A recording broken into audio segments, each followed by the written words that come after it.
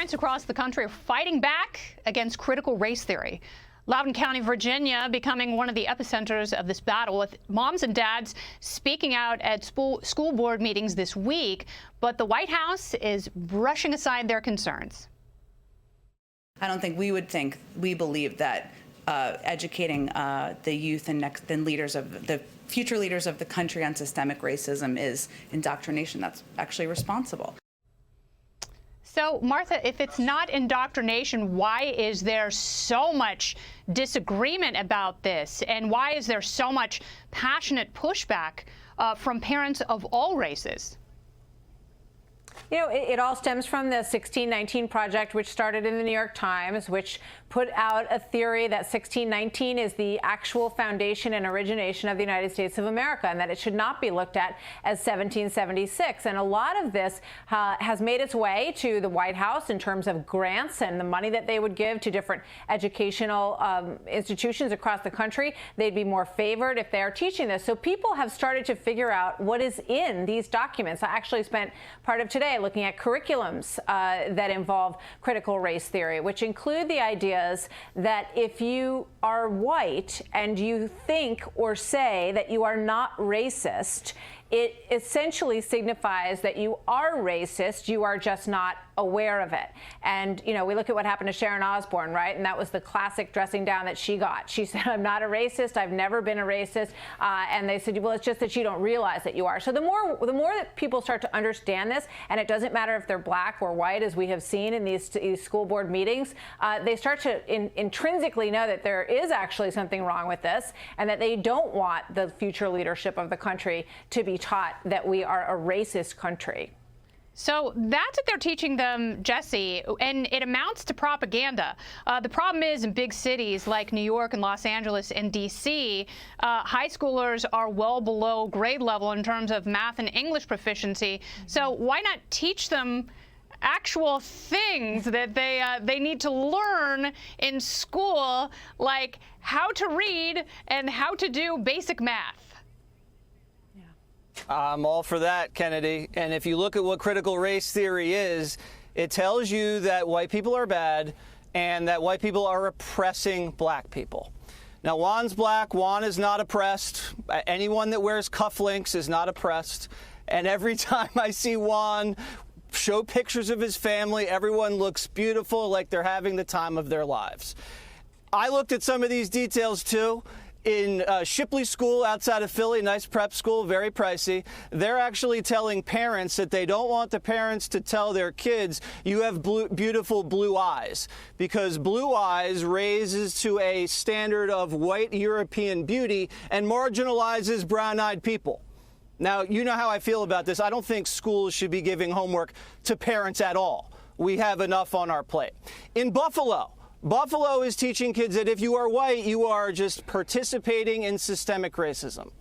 That's like saying all people that are white are racist, when we all know the real problem in Buffalo are people being Bills fans. In Oregon, they are teaching you that math is racist. Ridiculous, math is just boring. In Washington, D.C., they're telling you that the phrase, hard work is the key to success, is a form of white oppression. You ask any black athlete, black entrepreneur, black artist, they will tell you the key to success is hard work. I think 100%. So to me, it sounds like this critical race theory is a scheme for white liberals to subvert black achievement. And that's what the real oppression is about. Black parents want their kids to read the classics, to learn math, and absorb American history so they can get into college. And then once you're in college, you can learn about how everybody's racist. But you got to get into college first. Mm-hmm. You do. And with such horrible standards, especially after the pandemic, Juan, what's surprising to me, and I would never tell you, Juan, about your experience and how race has affected your worldview and your life and your feelings, but I also don't want to hear that from someone else. I don't want to hear from someone that my immutable characteristics or my children's immutable characteristics somehow make them bad people. I think that's incredibly unfair. And, you know, we've all been raised that equality is the ultimate goal, but now that's been replaced with equity. And, you know, this, as the New York Post pointed out, is a form of Marxism. Your thoughts? Wow, it's hard to know where to start, Kennedy, but I'll start here. I think talking about race makes lots of people uncomfortable. I think some people think it invites charges of guilt, embarrassment, there's resentment, there's disagreement. All of that's there. But I don't think that healing on what is a major problem in American society, I don't think healing can begin unless we have the conversation. And if all of you are saying that, you know, school children are such snowflakes, you can't tell them about American history. You can't tell them about slavery. You can't tell them about the rise of the Klan. You can't tell them about black people being lynched. That's no, you absolutely can't. That's why we need to have that conversation. Those are all parts of the American school curriculum. We all learned all of those things in school, Juan. That's not what we're talking about I'm sorry, here, though. but you still have... Hang on a second, Martha, because that's not true. We still have states in this country where they ban textbooks that talk about slavery as the cause for the Civil War, where they don't want to hear about ongoing racism in this society. They say, oh, you know what? That's indoctrination. That's not indoctrination. That's history. That's having young people deal honestly with who we are as Americans. But instead, what you get is, especially from conservative politicians, they say, oh, no, we want our kids to be proud patriots and proud of America. Yeah, well, they can be proud. I'm a very proud American, but I'm also very aware of some of our defects, especially in terms of the original sin of racism and slavery.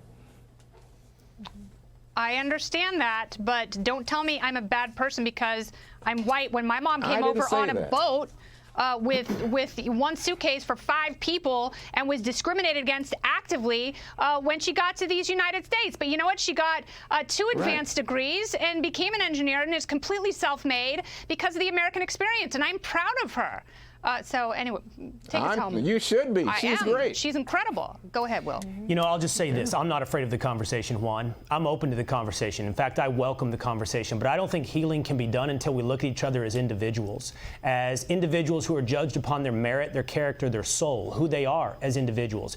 This curriculum asks us to double down on our shallow characteristics, who we are on our skin color level. Jesse laid out several things it teaches. This curriculum teaches that individualism itself is a sign of white supremacy. I have a problem with that. If the current teaching is that we will not look at each other as individuals, but that we have to look at each other as tribes, I consider that poison. Worse than poison, I consider that racism. And I'm welcoming that conversation anytime someone wants to have it. All right, and we will continue that conversation. Hey, Sean Hannity here. Hey, click here to subscribe to Fox News YouTube page and catch our hottest interviews and most compelling analysis. You will not get it anywhere else.